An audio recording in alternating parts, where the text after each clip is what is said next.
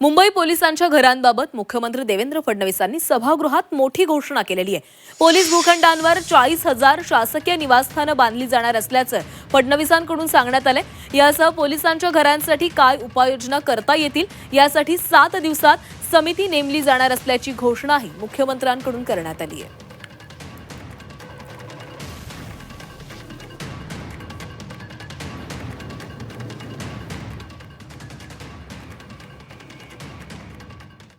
जवळपास 74 महत्त्वाची मोक्याची भूखंड आपल्याला सापडलेली आहेत। या ठिकाणी जवळपास 40,000 शासकीय पोलिसांची निवासस्थानं तयार करण्याचा निर्णय हा मुंबईमध्ये आपण घेतलेला आहे। आपल्या पोलीस गृहनिर्माणच्या माध्यमातून जवळपास 9,762 निवासस्थानं जी आहेत यांचे कामं चाललेली आहेत आणि जवळपास 447 निवासस्थानांच्या निविदा या प्रसिद्ध झाल्या आणि 14,000 निवासस्थानं ही